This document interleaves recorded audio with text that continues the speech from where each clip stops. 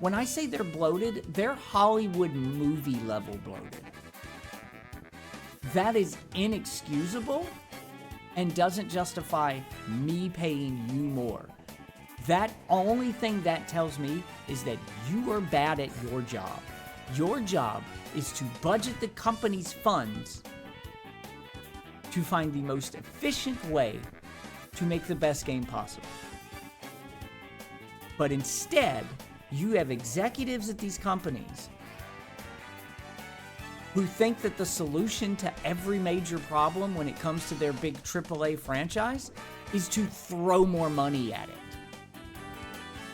And then they reach these impossible goals where, okay, we've thrown money at this problem for 5 years to create this game, or however many years it takes. Now we need to sell 20 million copies. Now you have an impossible goal set on the consumer to break even. We either need to sell 20 million copies at $70 a piece, or 15 million at $80. So we can increase it by 10 and cut a couple million.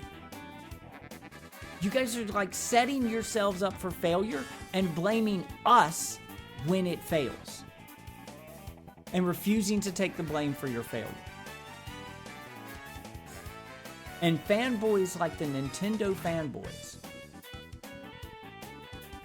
who will simp for these billion-dollar companies harder than a virgin who just discovered OnlyFans, make that problem worse. By every single excuse they had, this guy went out of his way to prove wrong with his first game. Oh, you can't make game sales if you put it on a subscription service? So putting it on a subscription service is like nail in the coffin? You're only going to get the subscription money? You're going to get a fraction of the sales? That's wrong. This thing is selling as much as Assassin's Creed. So you want to try that again? Oh, well, you can't afford the celebrity voice actors. People want the celebrity voice actors. You can't afford those unless you spend hundreds of minutes. Want to try that again? Well, we have to charge $80 to cover $70, $80, and there has to be multiple editions of the game to cover all the production. Want to try that again? Oh, well, marketing's got to have a budget of it. Want to try that again? What other excuses you got? Turn-based RPGs and single-player games are dead. Try that again. What's that, Ubisoft? Yeah. Yeah, I didn't fucking think so. Sandfall Interactive. Their first fucking game out the gate. Could potentially win Game of the Year this year. Talk about hitting the ground running. There is no right or wrong answer. There is just an answer.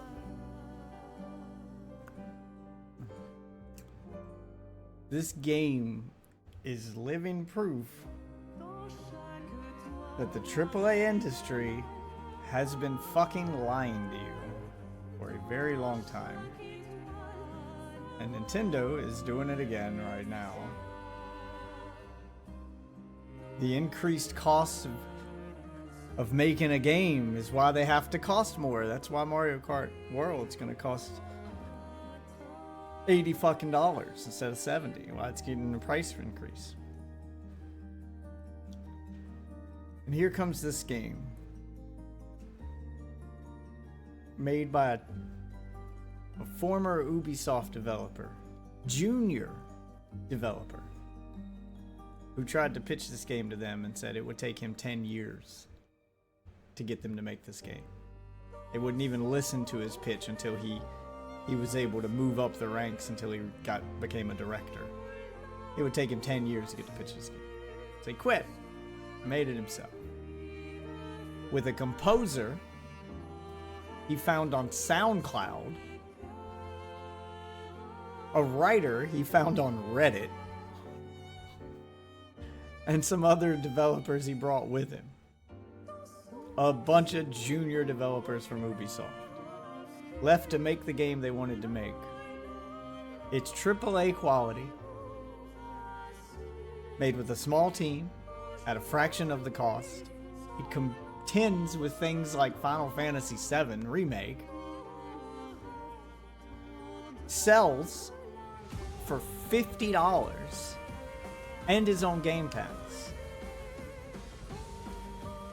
The game has sold 2 million copies in its first week. And it's outgrossing. That's sold or played? Sold. That's not sold, Game Pass. That's sales. Yeah, that's what I was clarifying, yeah. Yeah, that's people who paid $50. It is sold. This is not counting the Game Pass money. It has sold over 2 million copies in a week. It is outgrossing Assassin's Creed Shadows. The big game he was supposed to be working on for the developer he quit from. And his first game out the gate is beating that entire company. And he did it for a fraction of the cost while selling the game for less and offering it for free to everyone with Game Pass. So when the AAA industry tells you that games cost a lot to make and they have to cost that much to make money, all I hear is that you're bad at your job. Because a junior developer just did it better than you. Like, you have no excuse now.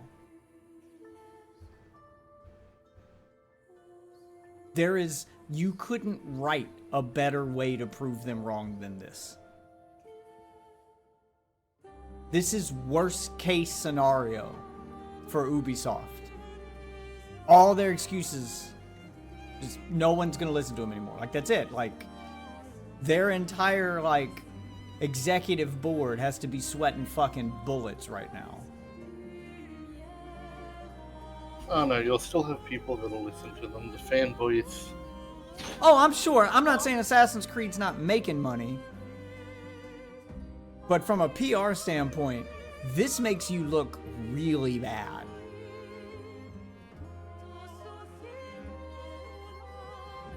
Just really bad.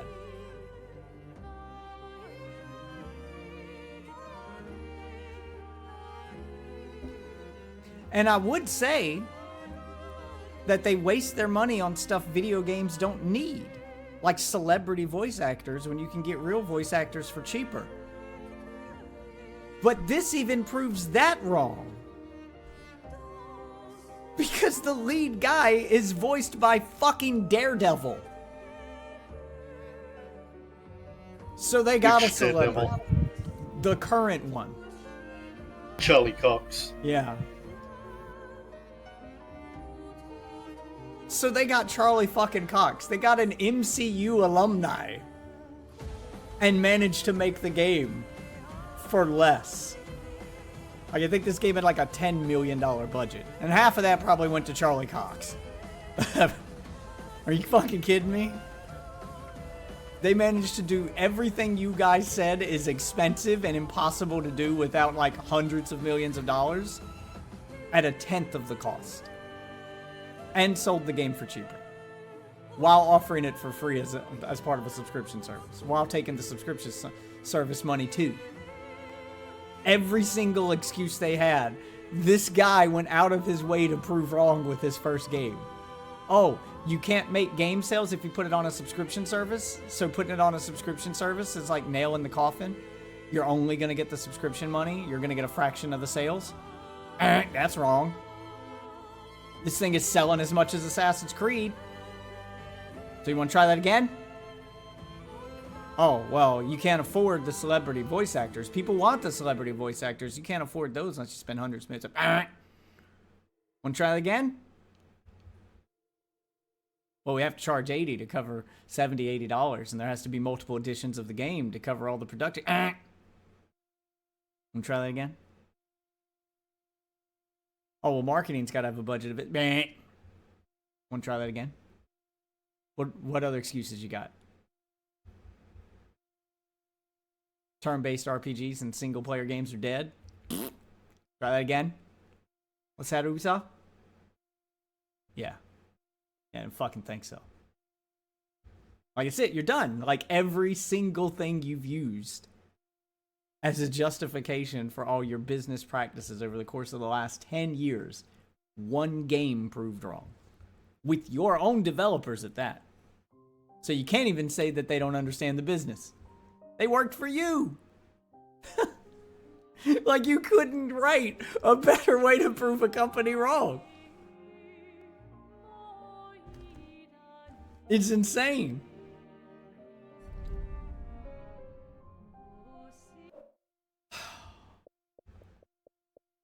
Well, that's the main story. There's still a lot of side shit left to do. And the amount of content in this shit. Like, let's just look real quick. How long did that take me? 50 hours. I haven't even done everything yet.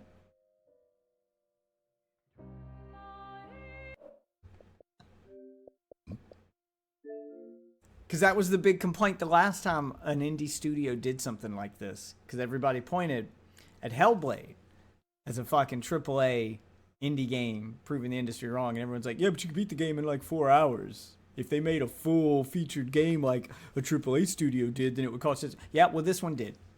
So now that excuse is out the water too. Unfucking believable, man. My mind's blown at how many boxes this checked, at just how hard this game came out the gate. How right this game got everything. Like, you owe it to yourself to play it. For all the reasons I just listed. Now, you could probably do it for under 50 hours. I did do some side stuff. If you really just focused on the story, just put it on the easiest difficulty, just wanted to play through to get the experience, which is how I'm going to get my wife to play it. You could probably shave a good 10 to 15 hours off of it. I'd say I spent doing side shit. Wait. The game has an easy mode? It's not ball-bustingly hard? Yes, it has multiple difficulties, despite drawing its inspiration from turn-based RPGs like Final Fantasy and Souls-likes like Dark Souls and Elden Ring. Yeah. But no. They said a game with an easy mode just can't sell. Yep. Well, they proved that one wrong too. It's got multiple difficulties. Even a lot of gamers say turn-based games are outdated, which is so silly and short-sighted. Yes, it is. Every single time they say that, one of these games comes out and proves it wrong. Every single time. They've done this multiple times over the decades. When was the last time they did it? Oh, before Baldur's Gate? Yeah, and then Baldur's Gate happened. And I know it's not technically turn-based, but Final Fantasy VII Remake and Rebirth have a classic control mode that makes the combat turn-based. Makes it like you could just turn it into a turn-based game. It is a hybrid system. I get so sick of hearing these fucking arguments and justification. The amount of fucking, you know what? Okay, this is it. We're doing this. This is the time I'm having this conversation. This is the fucking time I'm having this conversation. I was trying to have it with an actual guy I was arguing with on Twitter, but of course, I've argued with multiple people on Twitter about this. And they never have the balls to join the Discord and have an actual conversation with me. So we're just doing this right here, right now. Let me get my Twitter pulled up. The amount of cope, the amount of shilling, of Nintendo dick riding I have seen since Nintendo has announced $80 games and price increases across the board for every piece of hardware except their console.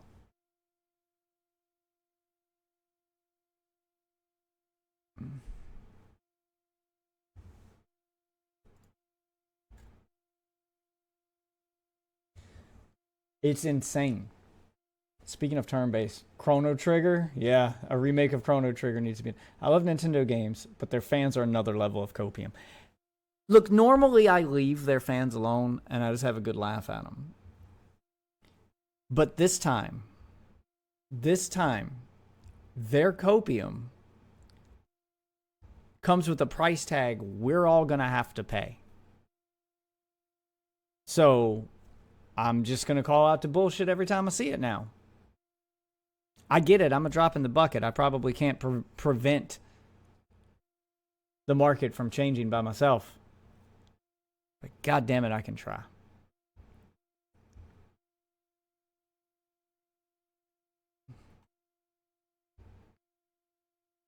All right. Let me hit my notifications here. If I can find some of the scope. Turn-based RPGs just don't. People don't play those anymore. Okay. Pokemon. Oh, that doesn't count. Yep, Microsoft announced. Fantasy. Microsoft now. Yeah, Pokemon still turn-based. Yeah, like Microsoft announced they're going to 82. I kind of think it was inevitable, but that doesn't mean we can't complain. It was okay. That's cope number one. I'm glad you brought that one up because I'm trying to go through and look at all the copium here that I've had over the last couple of days. Some of which is in my Discord, Ozzy, if you want to look. Because that one guy did join my Discord, but he refused to join the voice chat, and he wanted to try to have this debate in the Discord general chat room, and everybody kind of jumped in, and I was like, I'm not doing this over text. This shit's going to take all day, and we're going to misread each other. That's the whole reason I invited you to the Discord to begin with, is because you were misunderstanding the things I was saying, because things like tone and emotion don't get conveyed over text. Not to mention, Twitter has a character limit. So he thought, well, if I go do it on Discord, then, Discord doesn't have a character limit. Yeah, but I don't want to type a goddamn novel. And I can't really convey what I'm trying to say over text. I mean, I can throw you facts all day long and I can throw you sheets, but I wanted to have an actual conversation about it. Because they know that they don't really have an argument. So I'm glad that you brought that up, that the change was inevitable. Because that's one of the cope that they use is, it was going to happen eventually. Inflation. Everything's going up. And it had to happen eventually because all these companies, blah, blah, blah. Sure. Granted, you're right. There's no way to spin that statement where you're not right. It is inevitable that the price would go up to 80 eventually. But do I think that the price would go up to 80 this generation of consoles? No. No, I don't. They only just recently went up to 70. Nintendo accelerated that timeline by like a lot. By a whole lot. I think they would have continued to be 70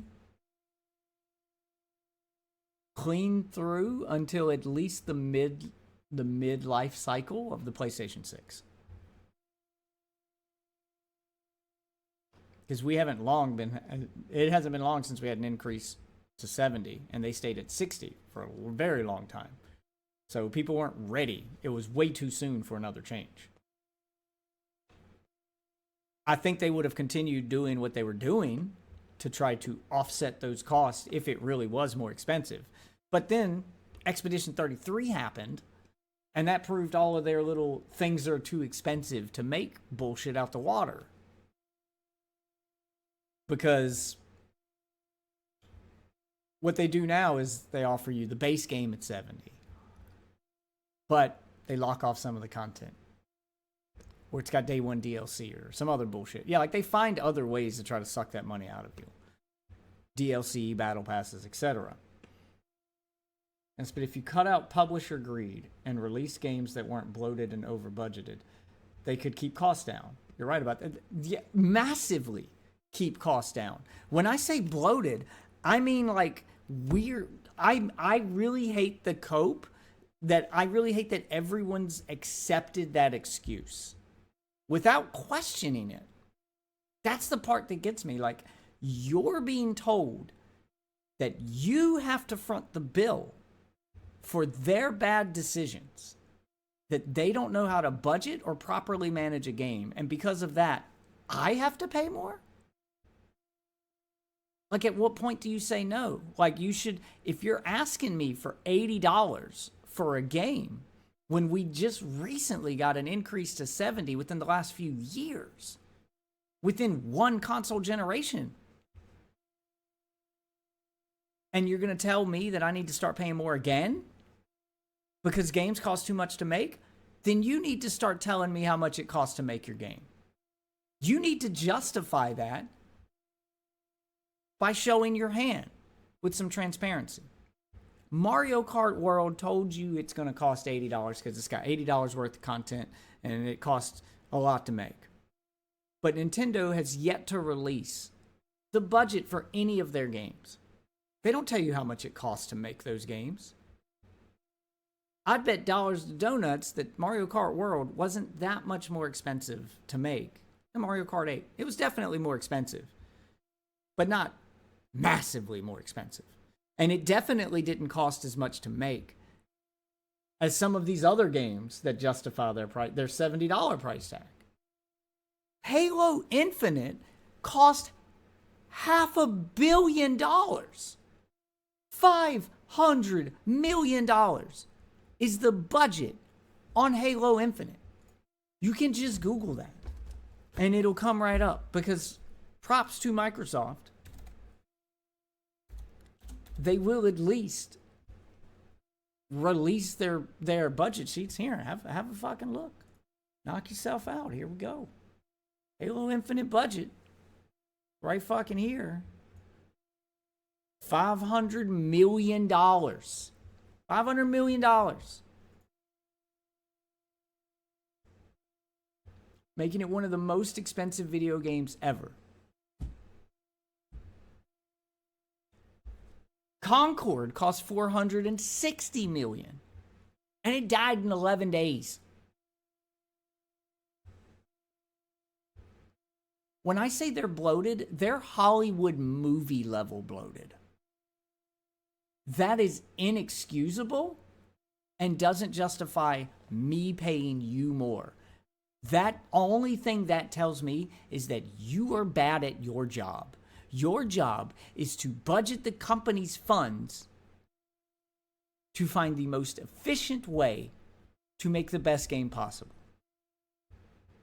But instead, you have executives at these companies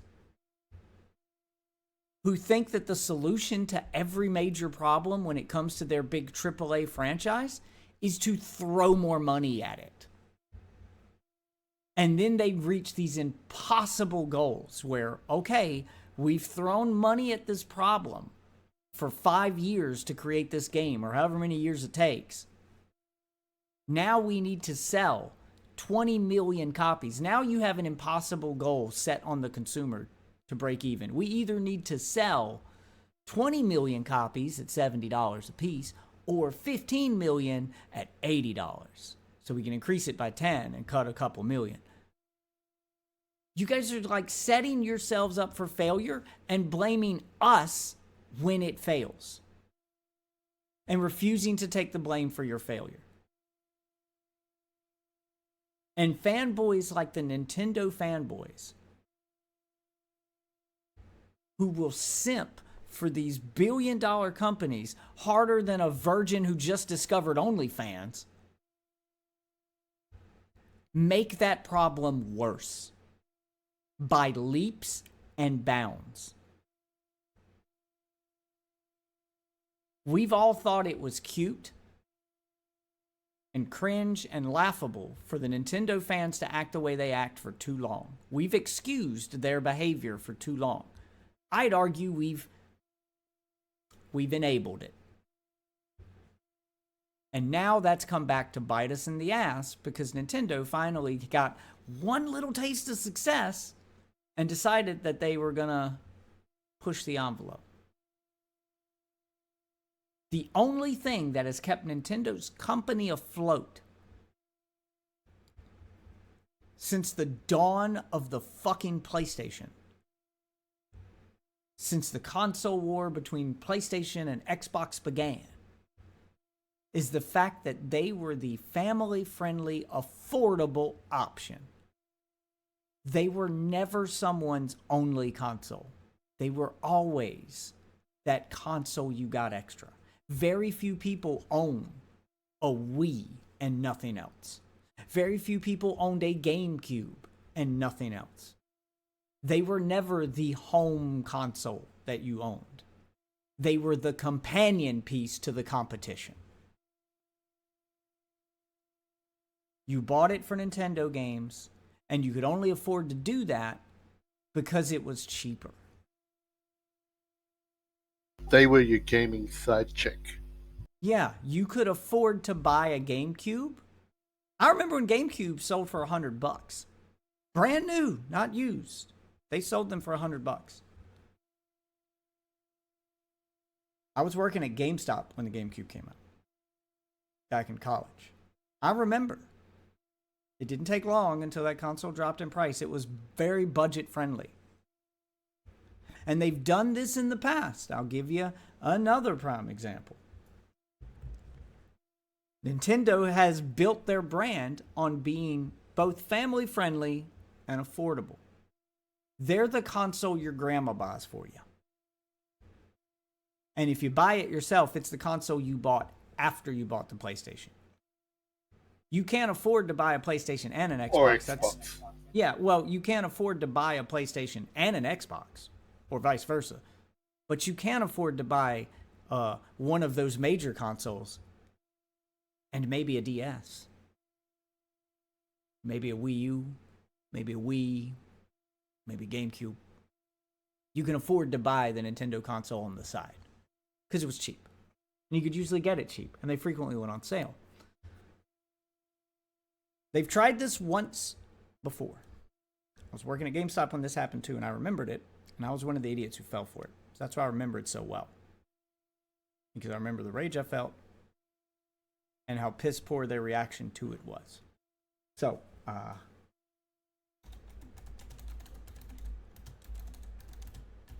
see if I can find the old article. Okay. I got a screenshot of it. I found a picture of it. I can't find the old article. I remember I downloaded a screenshot so I could share it on Twitter because I'm arguing with Twitter users all the time. So this happened during the 3DS, when the 3DS launched. I was still working at GameStop during that time. And I remember the 3DS launched at $350.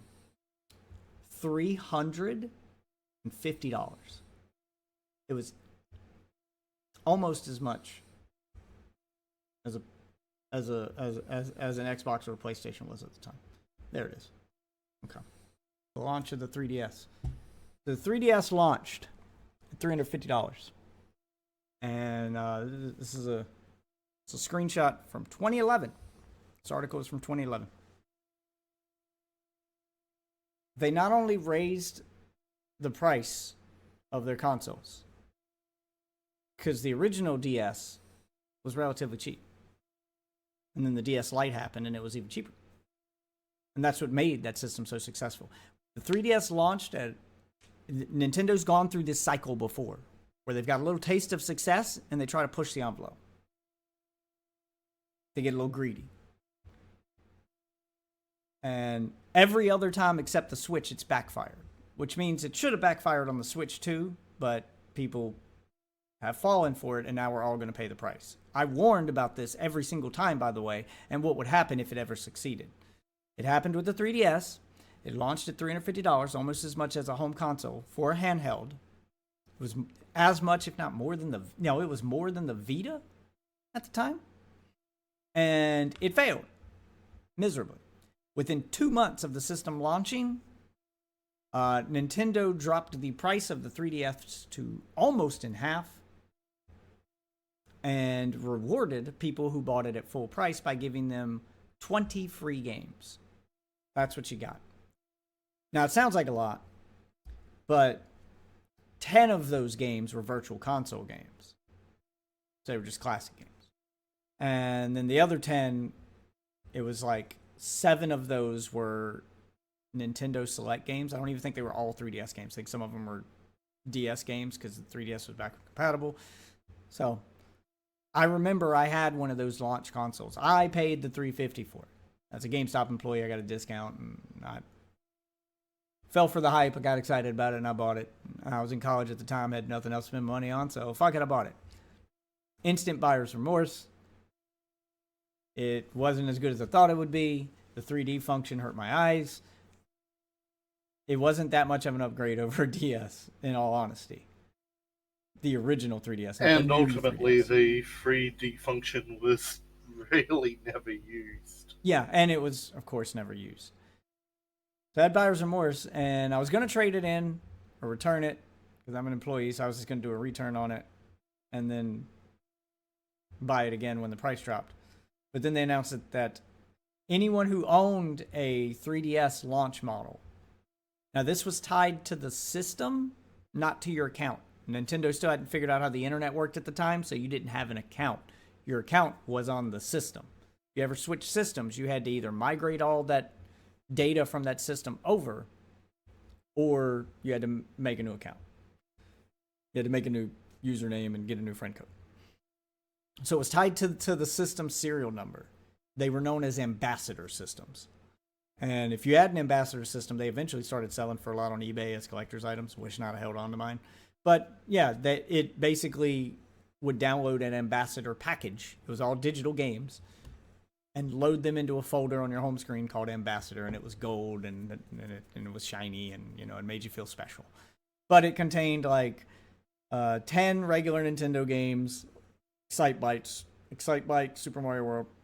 You actually got Excitebike twice, which I felt was bullshit because I remember complaining about that at the time. You got Excitebike original NES version, and then you got Excitebike 3D, which was still the original NES version, but they added a 3D feature for the 3DS. So you got the 3DS version of Excitebike. So it was that shit. And that was the only time that they ever did that. Notoriously, they did this again after the success of the Wii. With the Wii U, it was overpriced at launch. They also tried to increase the price of games during that time. I remember them trying to increase the price of 3DS games from $40. I think $40 was the standard for like 3DS games at the time. They tried to increase it to $50. No one bought it. They dropped those two. They dropped the system's price. I think they did it again with the Wii U. They were still doing like... They did it with the Wii U, and then they gave you a free game. If I got it, I got the Wii U at launch and got Zelda Wind Waker through that. Yeah. So this is a cycle for them. The minute they get a taste of success with one of their budget consoles, they completely misunderstand why it was successful. It was successful because it was cheap, because it was the cheap option that let me play Nintendo games. The quality of the consoles has gone down too. I still have an OG gray Game Boy that works fine. Oh yeah, there's like a viral post that went viral not too long ago of a OG Game Boy, the original gray Game Boy, that survived a bombing. Afghanistan. Yeah, that survived an Afghanistan soldier from the U.S. had one of those on him when he was bombed. He almost died. He's still alive, and so is his Game Boy. Now, it looks worse for wear. It is burnt to crisp, and it is like it's damaged, but it still turns on and plays. Yeah, and oh my God, I'm glad you brought up the Switch Joy-Cons. They crap out after 2 years, and they want 70 for new ones. Yeah, they're 90 for new ones now. And in an interview, Nintendo, they were asked specifically if the Joy-Con 2s would use the new haptic joysticks that PlayStation and Xbox use that prevent stick drift. And they said no. No, they're still using the original technology from the original Joy-Cons. Yeah, the Hall effect ones. Yeah, so they're not using those. They could have, but, they went cheap. Which would make sense if you were selling the console cheap. Yeah, like they made all the decisions needed to sell a cheaper console. All the same decisions they made with the Switch 1. They went cheap. But they're not selling it cheap. Let me see if it's there now. Because I'm so sick of people claiming that they know this, and then when I point it out and try to get actual numbers, no one can give them to me because they don't exist yet. That's why they can't give them to me, because they don't fucking exist yet. So Something with NVIDIA, you let them get away with hiking prices and reward them for it. Now you have $1,200 video cards. Yeah. Yeah, that's why I haven't upgraded. I still have a 3090 in my system right now. Yep, that is inexcusable. So that post went viral for a while, but of course all the Nintendo shill accounts try to, that's what their job is, to drown out those fucking legitimate posts by posting misinformation. Yeah, I've seen so much of that on Twitter, and there's so many shill accounts, and I'm like, isn't Nintendo fucking paying you guys? Is that where the money went? Some of you guys don't even have blue check marks. Like, what the fuck? Why are there so many of you? But, oh, what was I going to look up? Oh, right. So, this is on Nintendo's official website. The technical specs for the Switch 2. I got the technical specs for the Switch 2 here. Now, you'll notice something. Because I keep asking everybody, well, how powerful is the Switch 2? Because they keep saying, oh, it's as powerful as a PS4. I'm like, is it though? What are the specs? I have an IT degree. I work in IT. I'm a tech guy. What are the specs? So we go through the specs here. Size of the screen. Okay, gives you the screen size. 4.5 inches tall, 10.7 inches wide. Blah, blah, blah. With Joy-Cons attached, it's this much. Weighs approximately 1.18 pounds with Joy-Con 2. Yes, they give you like specific numbers for all this other stuff, man. I mean, it's all right here. 7.9 inch screen, 1080p, HDR10. Oh, what's the CPU, GPU? What's the spec on this? Custom processor made by NVIDIA. That's it. That's all the information you get. On their official website. This is it. This is all they've officially released spec-wise. Everything else gets super detailed numbers. But right here, this is the laziest shit. I find that to be extremely suspect. I don't know how others don't. How is this not suspect to you? As a tech guy, when you're hiding your numbers in one box and every other box is highly detailed, but the one box that matters, that tells me how powerful your system is and what kind of games it can run, you just put, oh, it's custom. That's it. So, they haven't released any specs whatsoever for the Switch 2 as far as how powerful it is. Anyone telling you that it's as powerful as a PS4 or, trying to break down the specs of the Switch 2, they're fucking guessing. They're watching trailers and they're going, well, it's playing PS4 games, so it must be as powerful as PS4. They're just guessing. They have no fucking idea.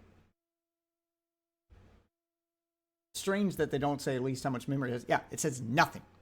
No memory, no GPU, no CPU, nothing. There's no information for those three numbers. The three numbers, arguably anyone gives a fuck about when they ask for specs. The three most important numbers are the three they don't give you. Haven't heard anything about the specs now that you mentioned. Exactly. They sweep that under the rug. But all the shill accounts will tell you it's as powerful. There's shill accounts I've seen comparing it to a PS5 and telling you it's as powerful as PS5. But they're doing some trickery. There's one of them that said it was as powerful as Xbox Series S. And it used the trailer for Street Fighter 6 on the Switch 2 and compared it to Street Fighter 6 on the Series S. And it looks better in all those screenshots on the Switch 2. But that is misleading as all hell. You can go to Street Fighter 6's website right now,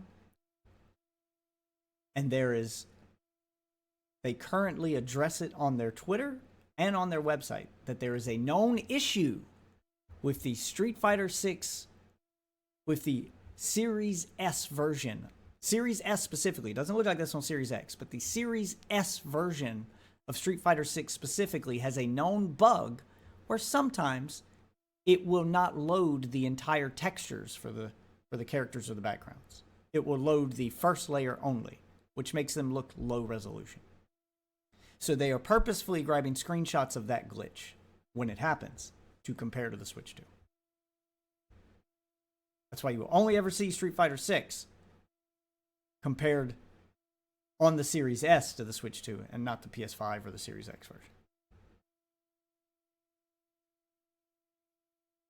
Shill accounts do shit like that. And normally I'd laugh at it as just being pathetic.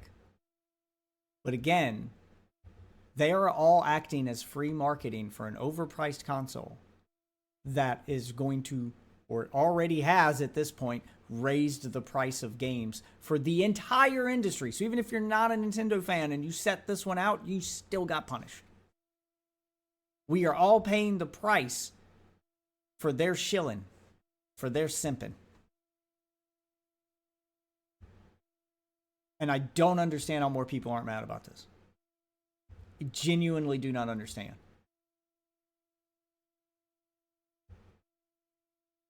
I don't think I'm smarter than anyone else for being able to notice what I consider to be obvious. I get I'm a college educated man, but I feel like a high school dropout could fucking figure this one out. Anyone who's bought video games more than once in their life and knows how supply and demand and markets work. It's a very simple equation. If you don't buy something at a specific price, if an item doesn't sell at the price you're asking, you lower the price to sell the item.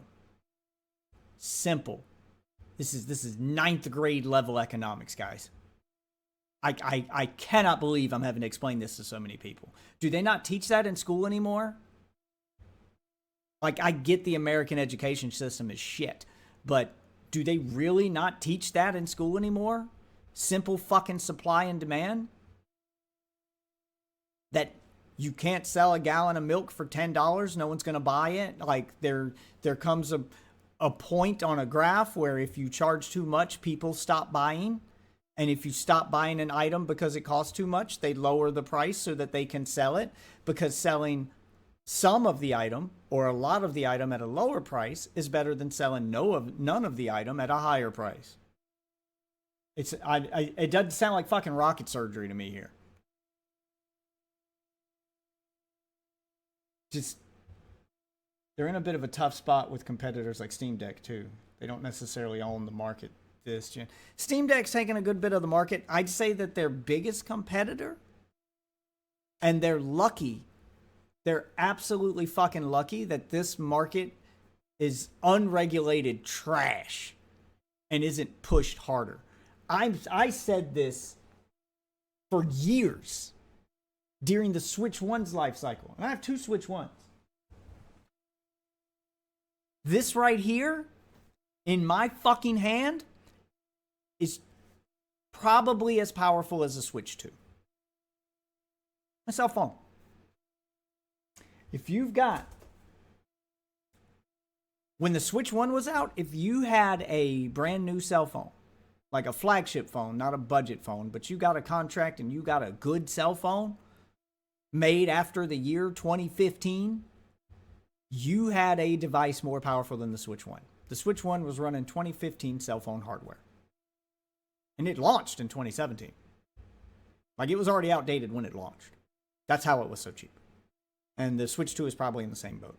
It is using last-gen hardware, but selling it to you for current-gen prices. Now, that's something they didn't do with the Switch 1. There's some good examples on the phone, and I play some of them. Your phone is capable of doing everything a Switch 1 can. And at this point, if you've got a brand new phone, what's the fucking iPhone up to 17 now? 16, 17? Or the fucking, or 21 or whatever the fuck it's up to? The Galaxy S22 or some shit, or whatever fucking number they're up to now? I don't know. I still got S20. But if they really wanted to, they could make their games. They could make games for those devices that rival the Switch 2. They absolutely could. And they tried for a while. But the market wasn't ready yet. And they had trouble getting people to accept their phone as a gaming console. People just couldn't figure out that they didn't have to have a dedicated gaming device. Sony tried it with a dedicated gaming phone, where they put the PlayStation streaming app on there, PlayStation Plus was on there, and they put exclusive games on there. Remember the N-Gage? Oh, I'm talking about recent. Like, this was after the Vita. This was Sony did this recently. Like, back in 2017, during the launch of the Switch 1, they had the PlayStation phone. They made a phone. And Microsoft... But now they're also now just moving away from, okay, we don't need to make a dedicated phone, but we'll do this. Yeah, well, the thing is, it's a mentality. Yeah, well, I have a controller that snaps onto my phone and basically turns my phone into a Switch, but it's a mentality.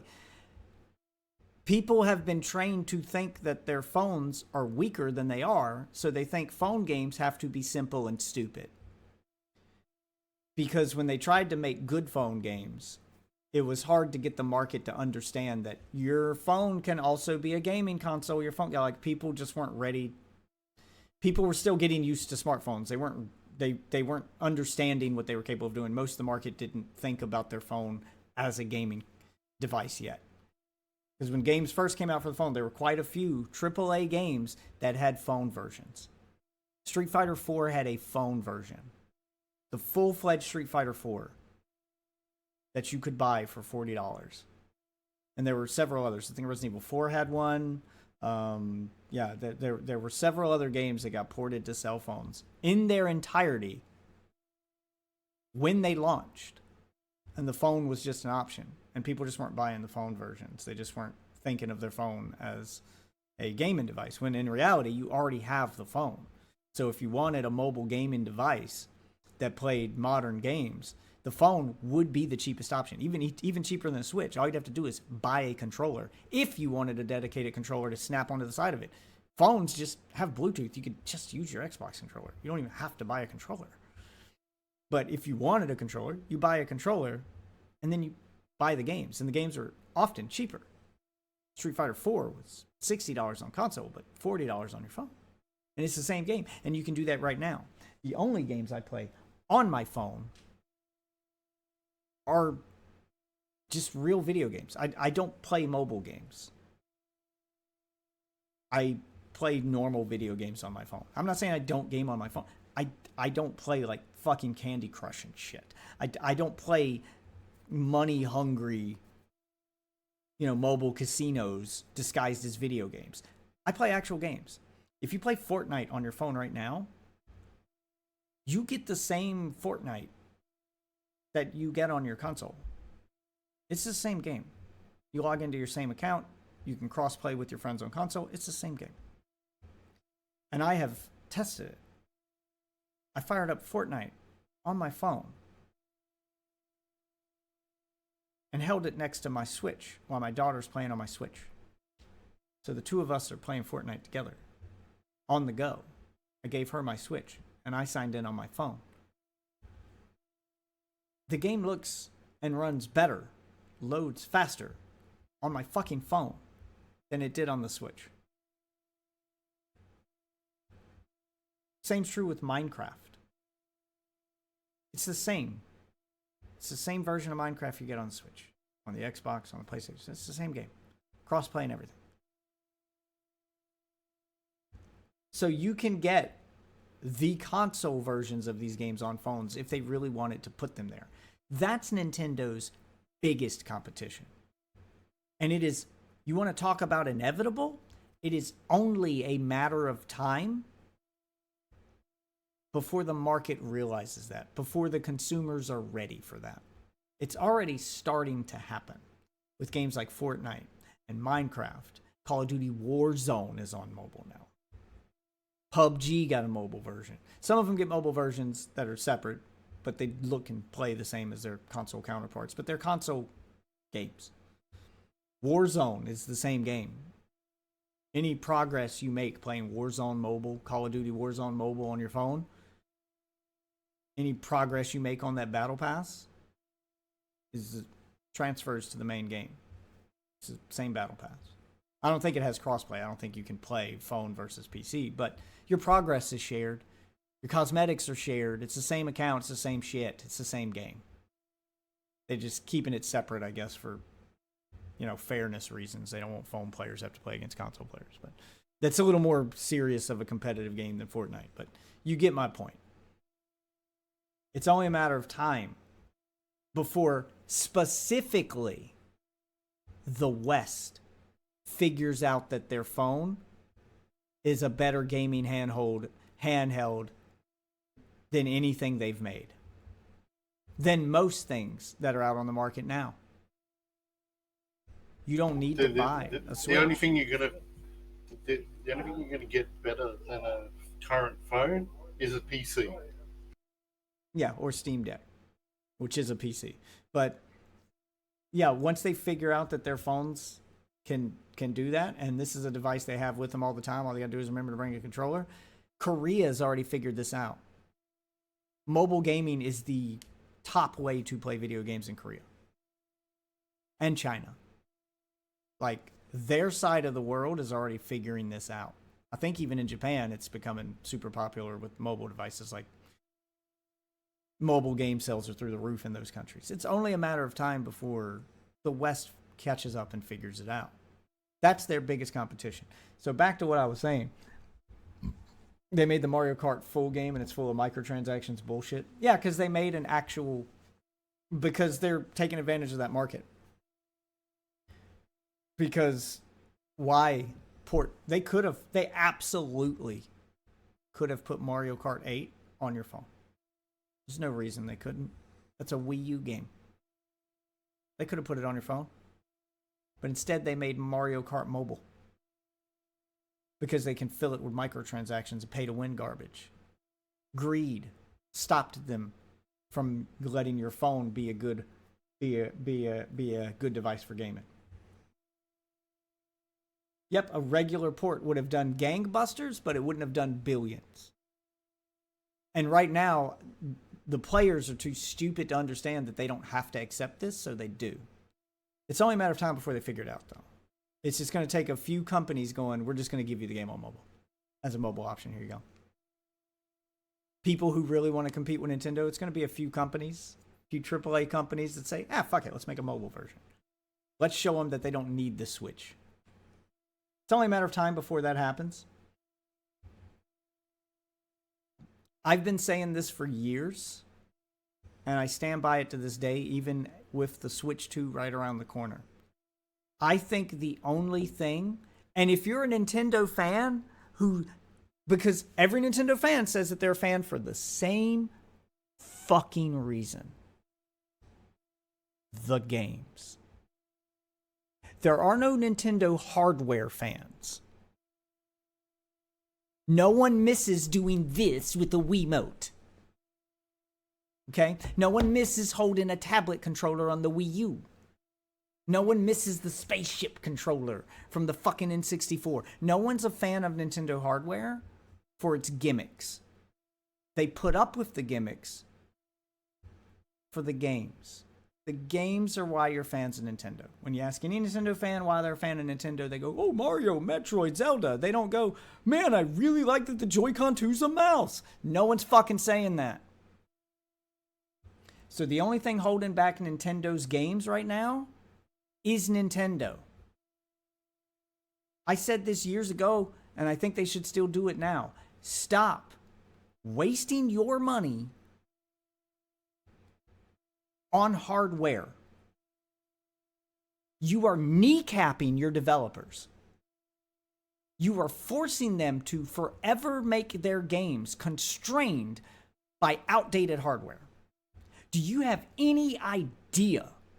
Everyone's drooling over Metroid Prime 4. Do you have any fucking idea how good Metroid Prime 4 would look if they'd make it for PS5, Xbox Series X, and PC? If they went the route that Sega went and just made fucking games, the only thing anyone who's a Nintendo fan fucking cares about anyway? I don't understand why you're a Nintendo fan and you're not pushing for that harder than I am.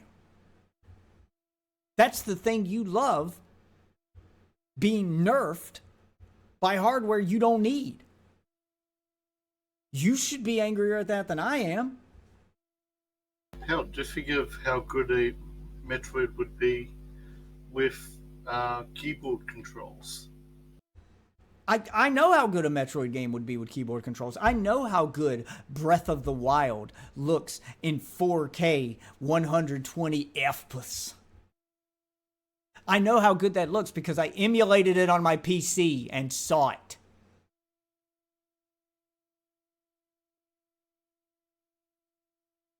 I know how badly they're holding back their games. I know how much better they can look, how much smoother they can play.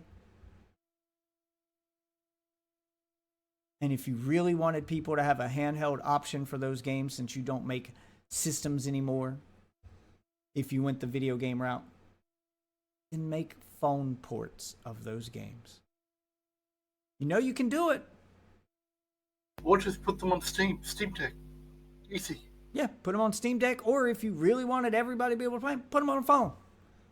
And you know you can do it, Nintendo, because they like to sweep this one under the rug and pretend it didn't happen. They already have. They made Twilight Princess and maybe Breath of the Wild. I know for certain Twilight Princess. They made mobile versions of those games. They already exist. Not for Switch. Not for a Nintendo console, but for phones.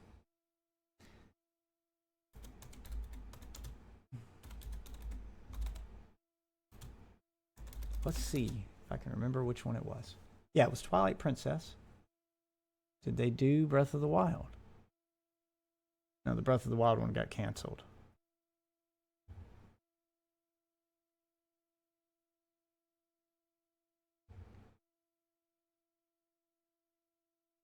Yep. Here you go.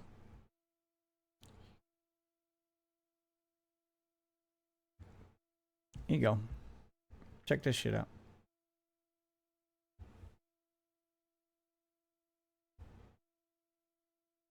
There you go. So there is Twilight Princess playing on the Wii U. There's the original version of Twilight Princess on an NVIDIA Shield. A tablet.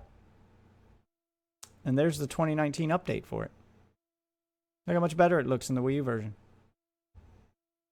Yeah. It already exists. They did that. They did that in order to secure the partnership with NVIDIA, so NVIDIA would make the chip for the Switch and the Switch 2. It's another reason I'm mad, because the reason that there is no NVIDIA Shield 2 and NVIDIA stopped making that gaming tablet is because they partnered with Nintendo to make the Switches. And as part of that partnership, they can't make the tablet anymore. So Nintendo killed a game and handheld I liked so they can make a less powerful Switch. They've already done it. Yeah. It already exists. The NVIDIA Shield tablet got versions of several Wii U games before the Switch 1 launched, as a way to test the market and get NVIDIA to sign the deal.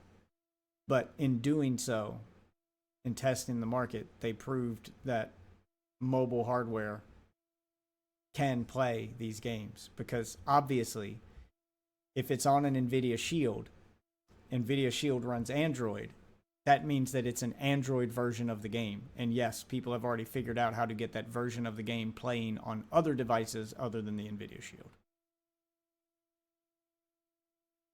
So you can get Twilight Princess on your phone right now. It's not in the official App Store. You have to go looking for it. But yeah, modders took the NVIDIA Shield exclusive version of that Android app and made it compatible with non-Shield devices, removed that restriction, and it plays on any Android device now.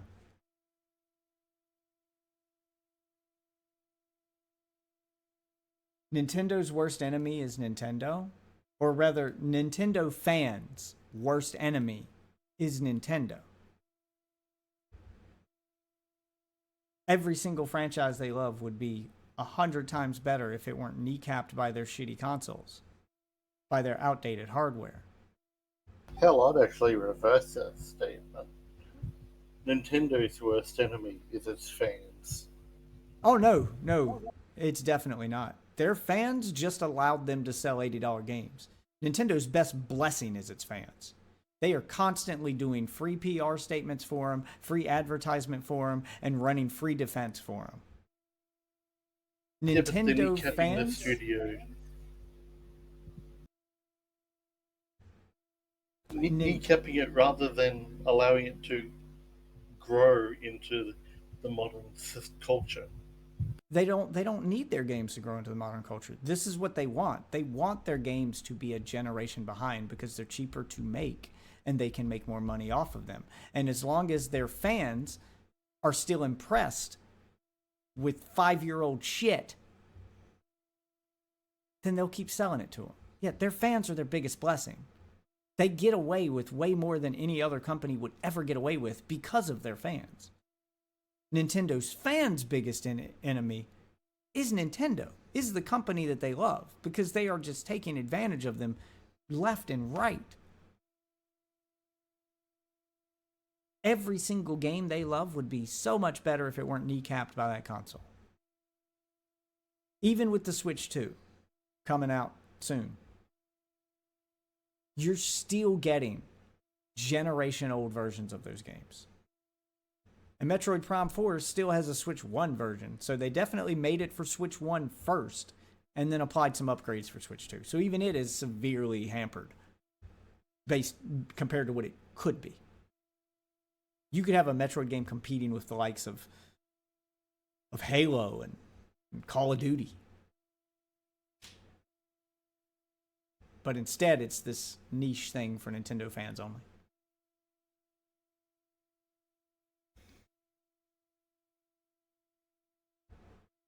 Yep, you can play.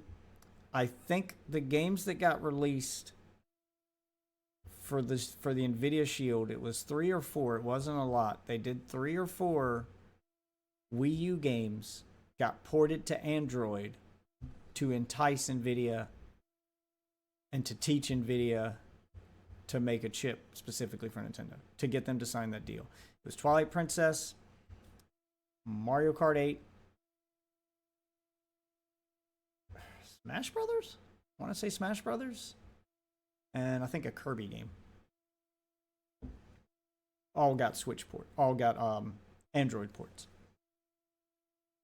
So Nintendo knows damn well that your mobile device can compete with its Switch. It just needs to keep developers from making games for that device so you don't know it. That's what's really happening here. The minute Nintendo throws in the towel and gives up on the console market, on specifically the handheld market, there will be mobile versions of games. Because they already make PC versions that'll play on Steam. They don't need to make an exclusive Steam Deck version. So if they want to get extra sales from the mobile market, these companies, if they don't have the Switch as an option, then they're going to tap the bigger market, which is the cell phone market. And yeah, a lot of people own Switches, but they're dropping the bucket compared to the number of people who own phones. They absolutely get away with murder, like what they did to the Smash Bros. Community. If Capcom had tried that with Street Fighter, people would lose their mind. Yeah, exactly. They get away with a lot. They treat their fans like shit. They use them and abuse them. And they keep asking for more for some reason. I even put it in one of my posts, like every time I saw someone. Let me see if I can find the other one. So this chart happened, and I kept reposting it before. This chart happened, and I kept reposting the system before Microsoft made their announcement. Now I'm going to be reposting their version of this same chart. Got quite a few good memes here. Memes and facts. I think I got a few videos about this on my YouTube channel too, by the way. You should definitely check that out. It's mostly drama stuff on my YouTube channel, but I do gaming stuff sometimes too. There it is. So what we got here is Nintendo released this on April 18th, 2025. Before the Switch even came out, they went ahead and raised their prices. Switch 2 Pro controller went from $79 to $85, from $80 to $85. A pair of Switch 2 Joy-Con. I'm sorry, I misquoted earlier when I said $90. That's the old price. Switch 2 Joy-Cons, a 2-pack. So if you want the left and the right, are now $95. It's going to be over $100 for your controller with tax. The grip, just the grip, put on the controller if you want to hold it sideways. Use the grip. That's $40 now, up from $35. The strap went up by $1. I had to squeeze a little bit out of there. The Joy-Con wheel, which if you've ever played with the Joy-Con wheel from the Switch 1, then you know that the Joy-Con wheel is just a plastic shell that you drop your Switch into, your Switch Joy-Con into. That plastic shell is now $25, up from $20. Switch 2 camera went from $50 to $55. The dock, if you want another dock, put in your house so you don't have to unplug it if you want to move it to another television, it's now going to cost you $120. A third of the price of the console, up from $110. If you need a separate AC adapter, you want to charge it without having to put it in the dock, maybe, in a different room, or have a charger to take with you on the go, well, that's going to cost you $35, up from $28. Screen protector and carrying case is $40, up from $33, I'm sorry. And the all-in-one carrying case, which I don't know how that's different than the regular carrying case, but okay. Motherfucker must be made of gold because it is $85. It's the same price as a Pro controller, up from $79. So, I don't know how they keep defending this stuff,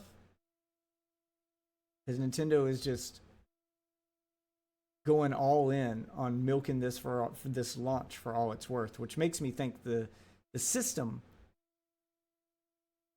might be a little overhyped and they know it. And they need to get as much money out of people as they can before it launches and they figure it out. I don't know how you don't read this as a red flag. This is the same shit they did with the 3DS. And that didn't go so well.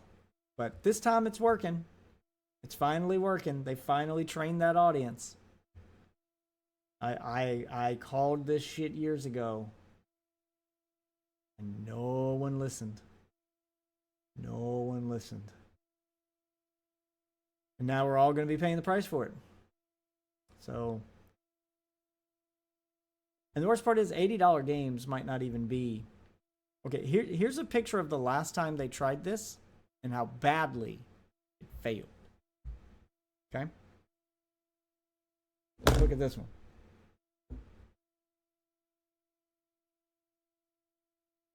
Okay, I gotta remember, I gotta do that. And then that. Okay. I remember this growing up. This is the way games used to go. People wonder why we have standardized game prices, and people are actually defending variable game prices when Nintendo announced that's how it would do it. So not all games are going to cost $80, guys. It's going to be variable. This is what variable means, in case you were curious. I remember this in the 90s and having to beg and plead with my parents, and I had to pick and choose the games I got. You're looking at this chart here. I was the kid that owned Zoop. Okay, that one was $54. But, if you wanted Earthworm Jim 2, that was $90. Okay, you wanted Doom, that was $95. As well as Mortal Kombat 3, $95. All right, Primal Rage was $80. That was with a $2 coupon, though. $10 coupon. Judge Dredd, Super Nintendo, $90. Batman Forever, $95. So they ranged in price wildly. Some as cheap as $50, some as high as $100. And yeah, when I got Final Fantasy 3 for SNES, it was 90. I paid over 100, or rather, I begged my parents to pay over 100, for Earthbound, because I remember I had to like sell them the idea of how special this game was, because the game came in a box that was this big, came in this huge box, and came with all this extra stuff. So I'm playing the role of a Nintendo simp as a fucking 11-year-old, trying to get them to buy this thing for me. And I'm trying to tell them that it's worth it because of all the extra shit it came with. It came with a map, and it came with all this other bullshit. Yeah. Yeah, in today's money, that's like $200. Yeah, eventually that crashed the market. It was unsustainable. Parents got tired of not knowing how much these games were going to cost. So they stopped buying them. Kids don't buy games. They don't have any money. So they were picking and choosing. And it turns out, after a while, they noticed only the games under $60 were selling. So they made the standard price for a game $60 for that reason. That's why they was set at 60. Because they had trouble selling games over $60 when they were doing variable pricing. When they made the standard price 60, and now anytime a kid goes to their parents and says, I want this new game, and the parent immediately knows how much money they're going to need, it made it easier. And it turns out when things are easy to budget for, more people buy it. I know. Crazy how that fucking works, right? But it's like we've all forgotten that. Somehow. We've all forgotten basic economics. And we've all forgotten how to say no to getting fucked in the ass.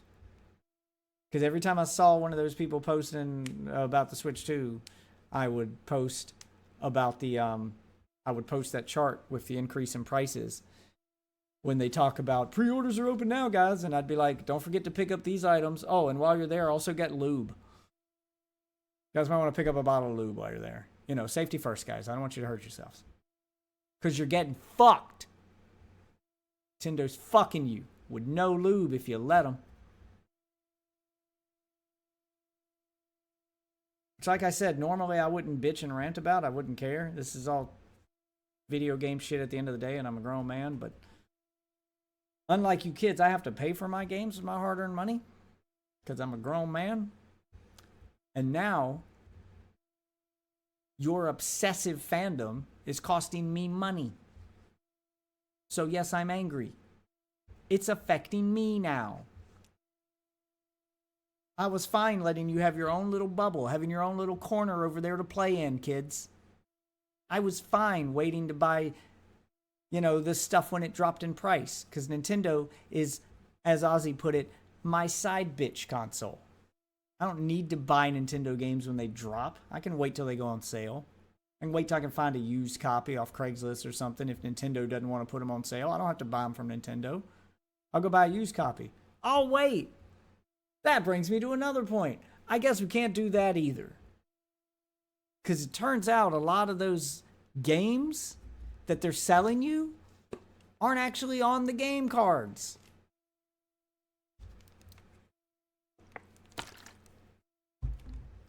They're just download codes in card form. Does that mean I can resell it and somebody else can download it? Or, how does that work? Does it expire? What if I have it installed and then I sell it to somebody else? How easy is it to copy this card? To put that code in my system? So many questions. This sounds ripe for privacy. Not privacy, piracy at the very least. Because we all know Nintendo sucks at stopping people from hacking their shit. What, the Switch 1 was cracked and emulated within the first year of its existence? Record time for a home console. Most consoles don't get an emulator and completely jailbroken until towards the end of their life cycle or after. We're just now getting the emulator on PC for PS3. Switch got that shit in under a year, record time. No, you shouldn't do pre-orders. Unless, I do have a caveat for pre-orders.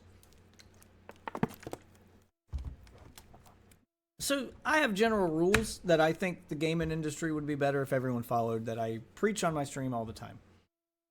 When it comes to pre-orders, you should pre-order if, and only if, the product you are buying is physical. That's it.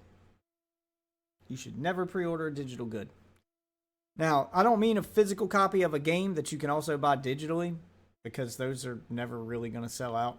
But I'm a little understanding to someone who pre-orders a physical copy of a game because they like having a physical collection and they're scared it's going to sell out. When I say physical game, I'm typically referring to limited editions, like collector's editions. I got paid yesterday. If you've got something physical that is only going to be a limited run. Yeah, exactly. Like, I got paid yesterday, and I had all intention of pre-ordering the collector's edition of Doom: The Dark Ages. I mean, I'm excited for Doom, but I get the game free anyway. You know, it's on Game Pass, quote unquote free. It's part of my subscription. But I wanted the collector's edition because I'm a sucker for highly articulated statues. I got a nice little shelf of them, and that Doom guy would look awesome on there. So I got paid, and I went to the website to pre-order it, and it was sold out. I didn't make the cut. See, this is why you pre-order physical goods. The last time I did that was Street Fighter 6. I got the collector's edition of that, so I got the Kimberly and Luke statues sitting on my shelf over there. So pre-orders are okay when they make sense. And the whole idea behind pre-ordering something is to reserve your copy so it doesn't sell out. That's why pre-orders were invented. That's why they exist. Once games went digital, though, they no longer needed that system. There's no selling out a digital copy. You can make endless digital downloads. So they didn't do pre-orders on digital games at first, and then they noticed that it affected their shareholders' meetings. Like, they couldn't report these big profit numbers before a game launched to say, well, we're definitely selling this many copies, guys. The game's not even out. It's already made this much. Well, they couldn't go to their shareholders and say that anymore.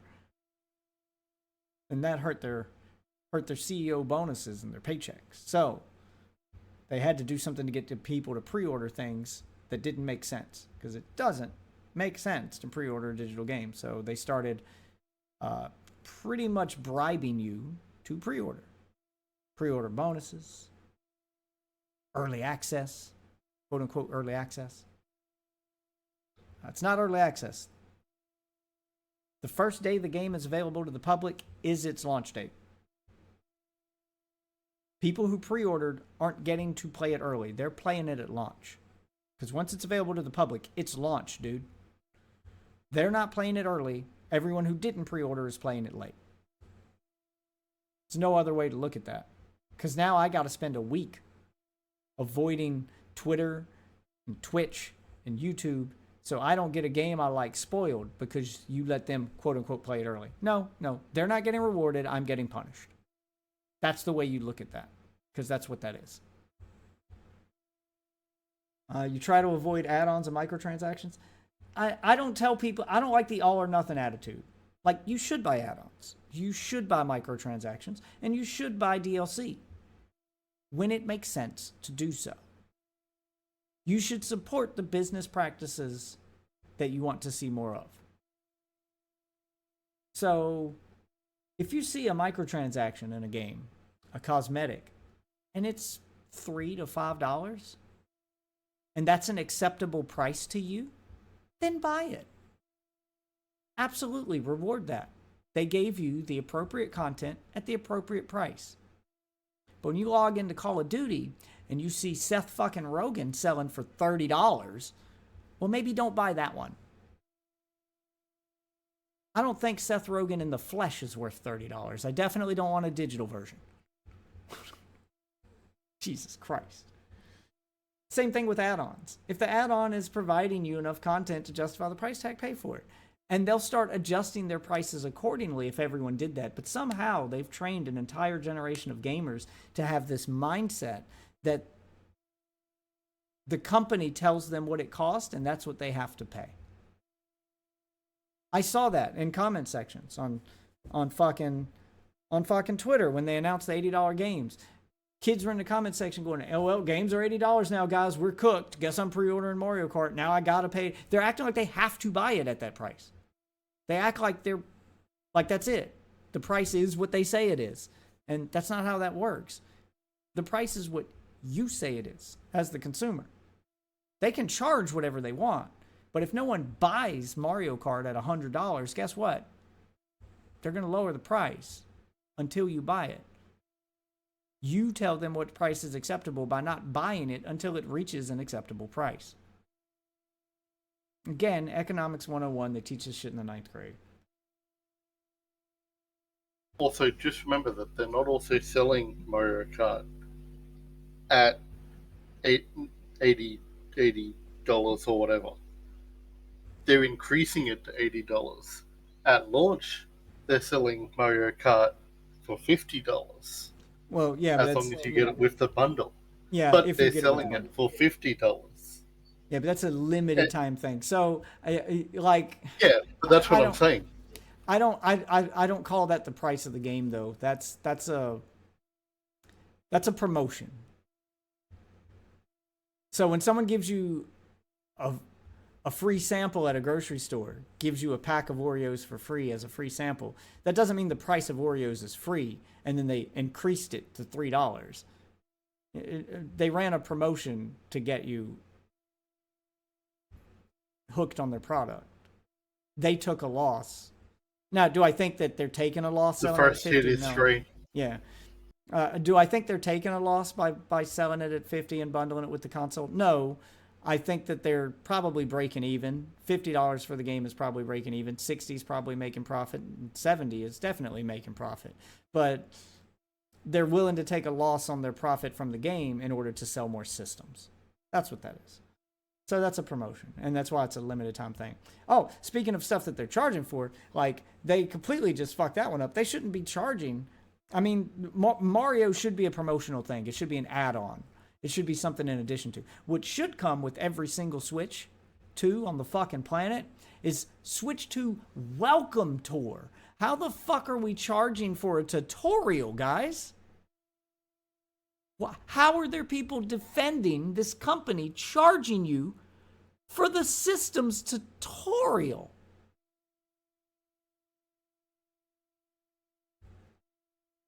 This one blows my mind. I can't even wrap my head around this one. It's the system tutorial. Every single video they've showed of it contains, it's not like when PS5 gave a system tutorial for their system, they included Astrobot's Playroom, which lets you run around inside of a PS5 and learn about the PS5 and play Astrobot levels while you do it. And that was free. But everything they've shown from the Switch 2 Welcome Tour contains no gameplay. There's no game. There's technical demos of how the parts work. But they're not games. That's not a game. Holding your Joy-Con so you can feel digital ice inside of it as a way to show off the haptic feedback. That's not a game. That's a tech demo. It's part of a tutorial. It's just being presented to you in a quirky way. Astrobot's Playroom was game. Arguably on par with the actual Astrobot game.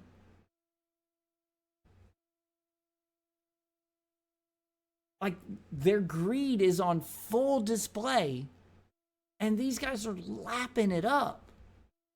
And it blows my mind.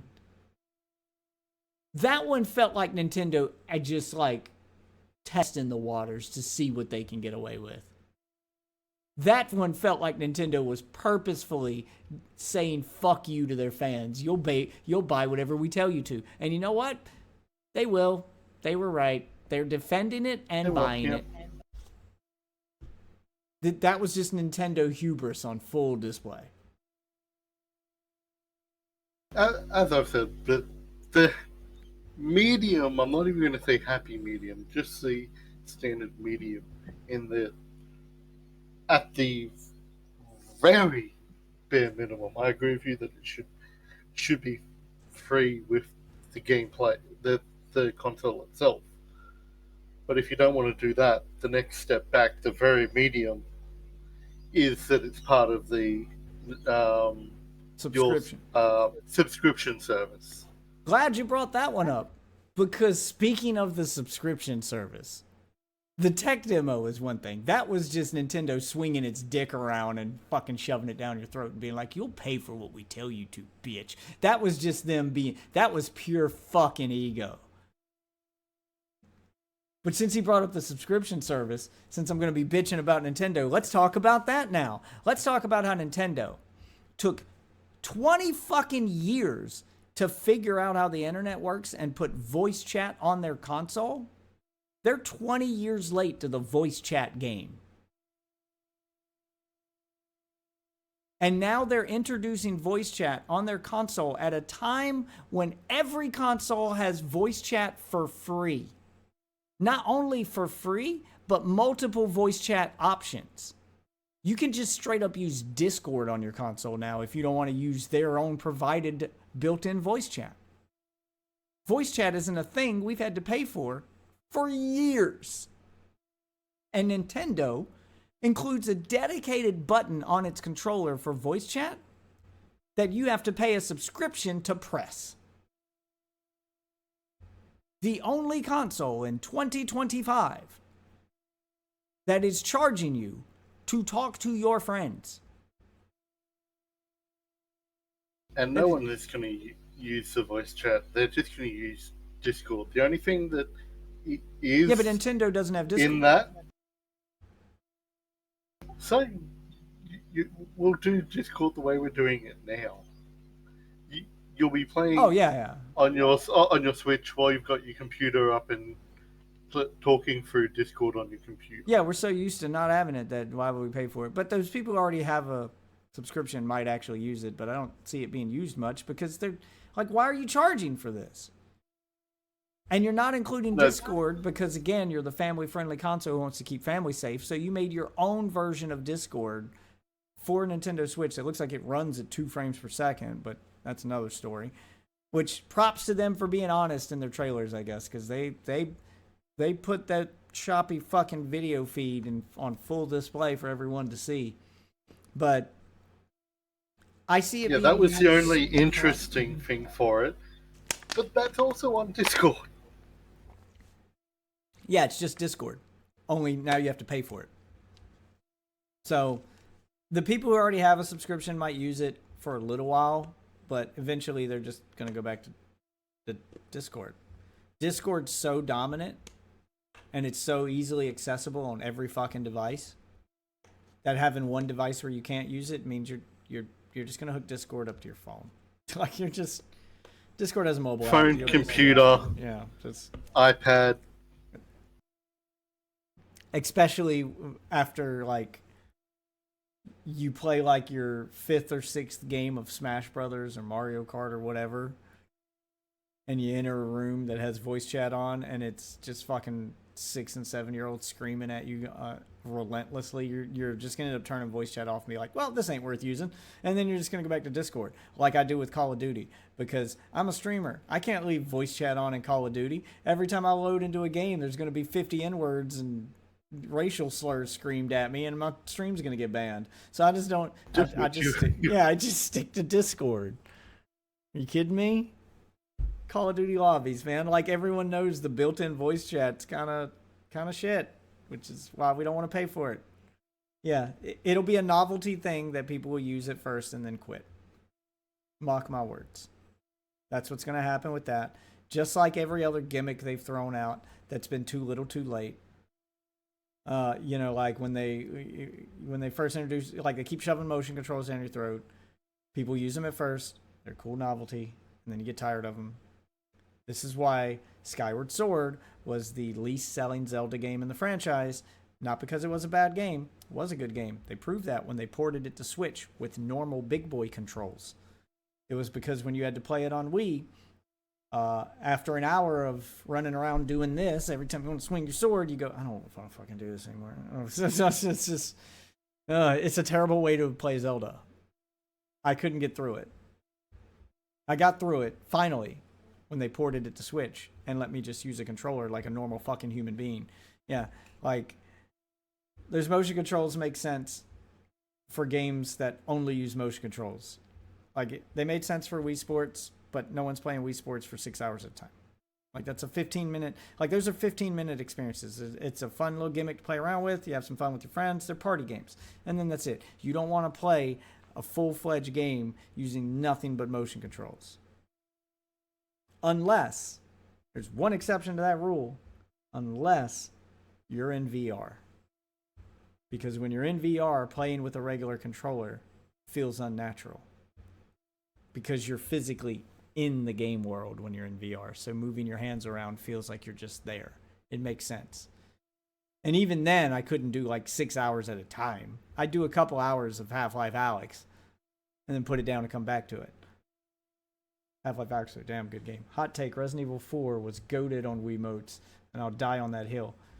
I mean, yeah, that was probably the best way to aim with it, but I'm not playing fucking 6 hours of that at a time. Like, that's the problem, is that's physically demanding and it wears on you after a while. And I'm just not going to do it. I'm not saying it's not fun. But yeah, aiming is different. Like, pointing and aiming made sense, but fucking swinging your fucking arm, like all this motion, just do this for 6 hours. Does that sound fun to you? You do this for 10 minutes, your arm starts to get tired. You can do that for 6 hours? Fuck no. No one's doing that. Those are all gimmicks. Just like everyone's all so excited for the... Okay, here's the one gimmick they're doing that I kind of hope succeeds. But that's only because, just like their prices affected the rest of the market, this has the potential to affect the rest of the market in a way I've been begging for years. This is the one time Nintendo might be ahead of the game if they can make this standard. Switch 2... I'm just going to use my vape as an example. I don't know where my Switch is at. Switch 2 Joy-Con. Hold it sideways. And it's a mouse. That's a damn good idea. I'm going to give you props for that one. It's a damn good idea. Don't get me wrong. It looks uncomfortable as fuck. I cannot imagine holding a mouse that feels like I'm holding a pack of chewing gum and trying to play a shooter with it. But if they can somehow get that to catch on. If Call of Duty's really coming to the Switch too, like there's going to be accessories made for it that basically you put the Joy-Con into a shell. At that point, just buy a mouse. And it gives you a full mouse. You can buy a mouse for $10. This is probably going to be $40 because Nintendo. Just buy a mouse. Just add, like, at that point, just do proper mouse but I'm more support. talking about third-party support, for a third-party shell. Yeah, cool. But my whole point is that they should just do mouse support. Because the thing that this has I've been begging for consoles to have mouse support standard in all shooters, or just as a standard option for all games for years, because there's no reason it shouldn't be. Keyboard and mouse support is built into the Xbox. It's built into the PlayStation at this point. If you plug up a keyboard and mouse to an Xbox or a PlayStation without launching any game, you can navigate the menus and use your Xbox or your PlayStation with a keyboard and mouse. It just automatically knows what they are. So this isn't even something the game developers have to program for. They just have to tell the game to use it in the same way they have to tell the PC version of the game to look for the mouse and keyboard that's already there. They don't have to, make a special thing for it. So you could just do on console what you do on PC. Native keyboard and mouse support is built into these consoles now. I don't understand why so many shooters come out on Xbox and PlayStation that don't have keyboard and mouse support. I would probably completely switch to console at this point if it had keyboard and mouse support. Universal keyboard and mouse support. Because it's so much easier to stream games from my console with a capture card than it is to try to stream games from the same PC I'm streaming from. Like, it's so much less of a workload on my PC. I love playing games on my PC, but when I'm streaming, I have to turn everything down to low, and, I got to cap my frame rate. Like, I'm not getting the full benefit because so much of my video card is reserved to streaming. That's why I used to stream from 2 PCs, but the other PC got dropped when we were moving, and it's broken. So now I got to go back to 1. But I know console games can do it. Call of Duty does it. It's how I play Call of Duty on console. Fortnite does it. It's how I play Fortnite on console. But Doom's not going to do it. Destiny doesn't do it. Halo doesn't do it. Apex doesn't do it. Like, Borderlands doesn't do it. Oblivion doesn't do it. Like, so many first-person games that have PC versions with keyboard and mouse support. So it's not like it's not already even coded into the game. You already have a version of the game that has this. Just put that on the console. Just give me that option. But with Nintendo having that being a standard feature on every controller so that it's not something else people have to buy. It's just, it comes with the console. That's the thing that Nintendo does right. You're right. People can always buy third-party shit. But when you make it where it comes with the console, more people will use it, and it will become standard. That's how voice chat became standard on consoles, because the Xbox 360 came with a headset. It was not an extra thing you had to buy. There was no excuse not to be able to voice chat on a 360 console. Everybody had a microphone. Oh yeah. Speaking of that, to go more into your point, remember the good old days when you had to buy a separate dongle from PlayStation to hook up your PlayStation 2 to work on the internet, and then Microsoft Microsoft just went, "Oh, we'll just put the connection the in the system." Yeah, anytime it's built into the system with no extra cost or, nothing extra that the user has to do to use it, it's just there, then it has a better chance of becoming standard. And if it becomes standard on Switch, if Nintendo makes that rule that, your shooter has to have mouse support for the Joy-Con, well, at that point, might as well make keyboard support too. Because you already got the mouse support. You're already halfway there. So at that point, you ought to do it. And if Call of Duty's making a version for Switch that has it, well, now they're going to have to put it on Xbox and PlayStation. If Apex makes a version for Switch 2 that has it, or Overwatch or whatever, then they're going to have it on all these others. Because there's so many games. I suck at shooters with a controller. I grew up playing keyboard and mouse. And it sucks because I'm going to try to play Doom the Dark Ages with a controller on my Xbox because it's easier to stream. But I know how relentless and demanding Doom's combat is. I don't know if I can do it with a controller. I might have to uninstall the game and install it on PC and just play it on the lowest settings and try to stream it that way. Because I think I remember trying that with Doom Eternal, and I could not move fast enough to keep up. I could not beat the hardest difficulty on console with a controller. My movement's not there. I can't control that character well enough with a controller to beat that. But as soon as I installed the game on my PC and started playing it with a keyboard and mouse, it's fucking, I beat the game on hard, like it on the hardest difficulty, like on Nightmare. It's world of difference for me. I have so much better movement with a keyboard and mouse and so much better aim. I don't know why. It's not the consoles don't support it, it's the games. But I don't know why the games don't. Like, I can't figure out why the devs choose not to do it. Because it's not even... Like, I want to call it laziness, but I think it's just forgetfulness or habit or something else, because it's not even that lazy. Make the game for PC first and port it to console. That's typically what they do. And when porting it to console, you would have to actually do more work to disable the mouse and keyboard support than you would to just leave it in. Just leave that feature in. It's already built into the game. Just leave it on. All you got to do is code it to hook into Microsoft's built-in keyboard and mouse support, or to hook into, PlayStation's keyboard and mouse support. Like, it's already in the console. Just tell it to hook into it. Like, that's it. That's all you got to do. Like, you're actually doing more work removing it than I think you would be to leave it on.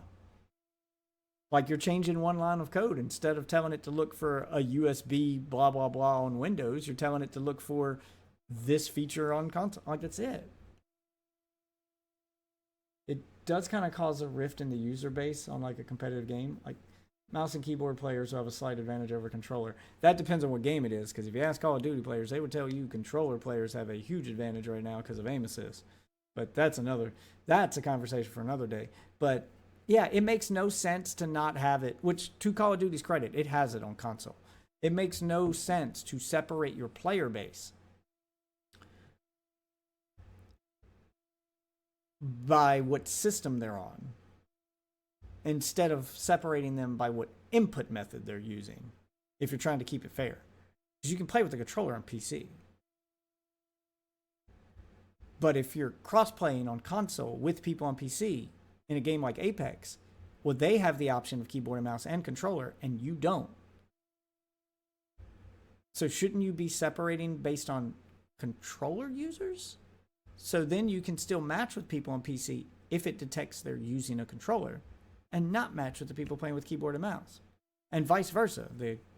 The PC players on keyboard and mouse could match with console players who are on keyboard and mouse.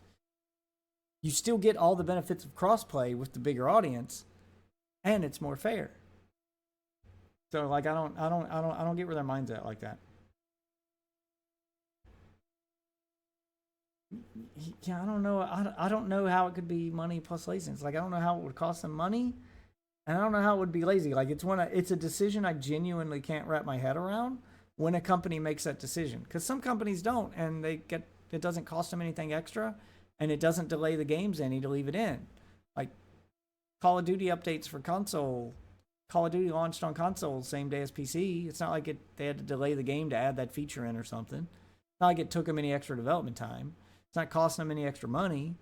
And it's expanding their player base. Like, there's nothing but benefit for it. I don't understand why they don't do it. Overwatch keeps controller players with control. Yeah, I mean, there's some games that do it. Call of Duty, to their benefit, they give you the option of keyboard and mouse, but to their detriment, they still separate crossplay users based on where they're playing, not their input method. So when you turn crossplay on Call of Duty, you're playing PC and console. Or you can switch it to console only. But that doesn't separate controller from keyboard and mouse. People on console could be using keyboard and mouse. So if you're going, oh, I don't like to play against keyboard users, so I don't have crossplay on. I'm like, well, you're still playing against other consoles that have keyboard and mouse support, dumbass. Like, that doesn't solve that problem. You're just playing with less people now. Like, sure, you're lowering your odds of running into a keyboard and mouse user, but then you get matched with me. And I'm on console with my keyboard and mouse. So it didn't save you from me. So that doesn't make sense. Yeah, like, I don't get it. Like, you did the right thing and included keyboard and mouse support, but then you did the wrong thing when it came to crossplay. All right, if I hit all the Nintendo notes on the head, I know this rant's gone on a little longer and kind of got side railed for a minute there, but did I hit all the Nintendo notes on the head? The paid voice chat. Yeah, probably. Let's see. I got the paid voice chat button. I got the price increase for the games. I got the price increase for all the controllers and the accessories, which they haven't announced it yet. While we're on the accessories, they haven't announced it yet. But I wouldn't be shocked if this is the case. And if this is the case, fuck you, Nintendo. Because it's already going to be an almost $60 camera. That's only 720p, mind you. Not even a 1080p camera. And it's capped at 30 frames a second. So it's a cheap camera. They're selling you for $60. But if Nintendo doesn't have support for just any USB camera, like if I can't take my Logitech camera right here, plug it into my Switch if I wanted to, I have to use the Nintendo branded one, which I'm pretty sure is the case. Oh, that's it will another be. strike against them. Fuck you for that. They make a cheaper version of it, but that camera's not even HD. It's 480p. Like, Jesus. It's just all their decisions are the decisions I expected them to make if they were making a cheaper console. If they were still trying to be the budget-friendly console. All of these decisions point to it being the budget-friendly option. You're not including the joysticks that prevent stick drift. All right? You're not announcing your specs, which means you're probably using cheaper hardware. You know, I expect to make some sacrifices to get the cheaper console, but that console can go with me. It's the cheapest. It should be the cheapest handheld option, the cheapest way to play AAA games on the go. That's what it's supposed to be. That's what made the Switch a success. But as it stands right now, it is $450. $450 for a Switch 2. I can get a Steam Deck. Look at the Steam Deck. Direct from Steam Store. All right, let's look that up. What are my options here? Where's the buy options? Steam Deck. Choose your Steam Deck. All right, here you go. Here you go. And I want to see the specs because I'm almost willing to bet that the specs are similar to this one. Now, I can already point out some stuff the Switch 2 is doing better than this one, but I'm more concerned with the CPU and GPU. All right, here we go. Where am I at? Is that it? That's not it.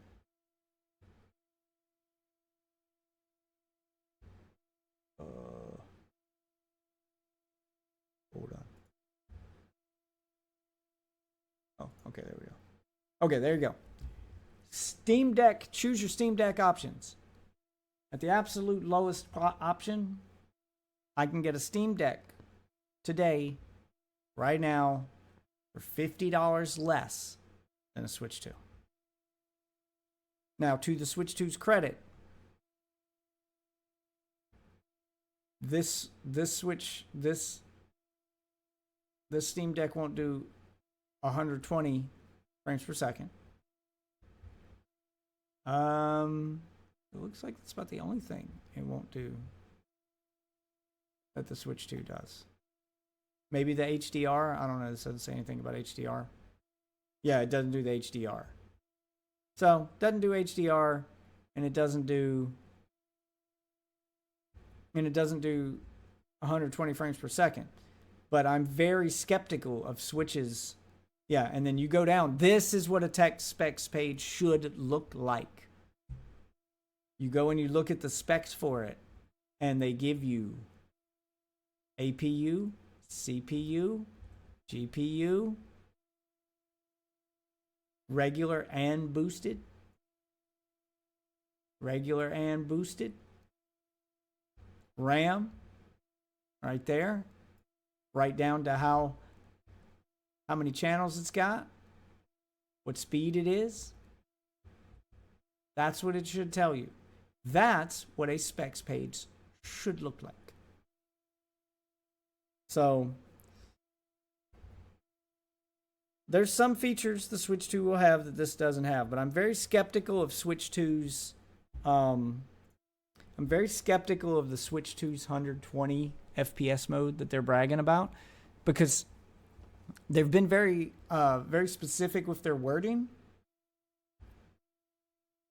and they haven't lied to you. They've said that they have a screen that supports 120 hertz, so it can go up to, that screen is capable of displaying up to 120 frames per second. But if the CPU and GPU aren't powerful enough to run those games at 120 frames per second, then it doesn't matter how fast the screen is if the game can't run at that speed. So I'm wondering how many games are actually going to have a 120 FPS option. It's already confirmed by the devs that Cyberpunk will not. Like, it's not happening. They are struggling to get 60, but they are getting 60. It's going to be done with frame generation, so there'll be fake frames. Yeah, but how low does it have to lower the resolution before it upscales it to 1080p to achieve that 120 frames per second? Because if its specs are as low as I think they are, like if they're less than the Steam Deck, you're in trouble. Because that Steam Deck LCD, that's like the first gen model of the Steam Deck, which you can get for $400. If it's not at least as good as the first gen Steam Deck, you're in trouble. There's no way that you're getting 120 FPS without lowering it down to like SD resolution. Like you're going to be rendering the game at 480p and upscaling to 1080p. That frame generation and DLSS is going to be, that upscaling, that's going to be doing a lot of heavy lifting, which your mileage for that may vary depending on the game and how familiar the developer is with AI frame generation and upscaling. So I'm very skeptical of that to begin with, but it makes for a good marketing point for them because they're using it and it's getting them a lot of attention. People are running with it. And by people, I mean the Nintendo ninjas. But even the Steam like OLED is like $500. So for $50 more than a Switch 2, you can get the current gen Steam Deck, the OLED model, which can run at 120 FPS. And unlike Nintendo, Steam is telling you what their specs are. And with the specs that are in the OLED model, it looks like it can probably run these games. There's some power in this thing, man. I mean, it's a PC. For sure, I wouldn't bet on lots of games actually running 120 FPS. You're probably going to get like a 2D Mario. Probably. Simple games like that. It's not going to be your big open world 3D games. They're going to use it to make like their 2D side-scrolling games, like the side-scrolling Mario games, Princess Peach, stuff like that. Maybe if they do another 2D Metroid, but not the games you would want 120 FPS in where it would make a difference. Like games where that kind of frame rate matter, probably not. You're probably not getting Fortnite at 120 FPS. You're definitely not getting Call of Duty at 120 FPS on the Switch 2. The Xbox Series X barely handles it at 120. I mean, I get 120 on my Series X, but Call of Duty does not run at 120 on my wife's Series S. So you have to have like the expensive Xbox to get it. And if that's the bar for 120 FPS at 1080p on a console for Call of Duty, I already know the Switch 2 is not going to do it. There's no way the Switch 2 is as powerful as the Series X. It's just not happening. Like, you're pipe dreaming now. That's not where that's going.